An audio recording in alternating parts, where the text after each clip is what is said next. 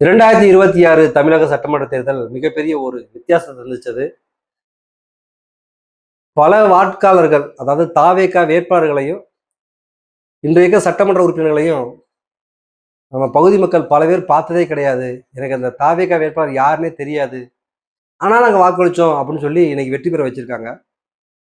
இந்த சம்பவம் தமிழ்நாட்டில் முதல் முறையாக நடந்திருக்கு. அதில் எந்தவித மாற்றமும் இல்லை. விஜய் ஆட்சி அமைச்சிருக்காரு. இதில் என்ன ஒரு பெரிய விஷயம்னா, இந்த தாவேகா வேட்பாளர்கள் எல்லாருமே பிரச்சாரத்துக்கு போனாங்க. பிரச்சாரத்தில் போய் மக்களை சந்தித்தாங்க. அதில் ஒரு சில மக்கள் பார்க்கல அப்படிங்கிற ஒரு வித்தியாசம் இருந்துச்சு.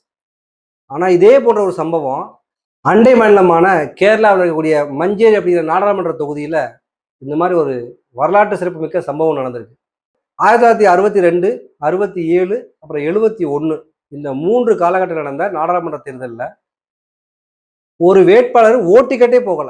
அந்த தொகுதிக்கு ஓட்டுக்கட்டே போகல. ஆனா 3 முறை வெற்றி பெற்றார். அவர் யாருன்னு உங்களுக்கு தெரியுமான்னு அந்த தொகுதி மக்கள்கிட்ட போய் கேட்டோம்னா, இவரை நாங்க பார்த்ததே கிடையாது, எங்களுக்கு யாருன்னே தெரியாது அப்படிங்கிறாங்க. ஆனா அவரை பத்தி நிறைய விஷயங்கள் அறிந்து வச்சிருக்காங்க. இதுல யாரு பார்த்திருப்பா அப்படின்னா, வயது முதிர்ந்த ஒரு மக்கள், அதாவது வேட்பாளர்கள் இருக்க வயது முதிர்ந்தவர்கள் வந்து பார்த்திருக்காங்க. நடுநிலை வாக்காளர்களோ இளைஞர்களோ அவரை பார்த்ததே கிடையாது அப்படிங்கிறாங்க. எப்படி ஒரு வேட்பாளரை ஒரு பார்க்காம நீங்க ஒரு 3 முறை ஓட்டு போட்டீங்க அப்படி கேட்கும்பொழுது, அவர் எங்களுக்கானவர், எங்களுக்காக வந்து பேசுறாரு, எங்களுக்காக போராடுறாரு, எங்களுக்கான தேவைகளை நிறைவேற்றுறாரு அப்படின்னு சொல்லி அவருக்கு மிகப்பெரிய ஒரு புகழாரத்தையும் வந்து கொடுக்குறாங்க.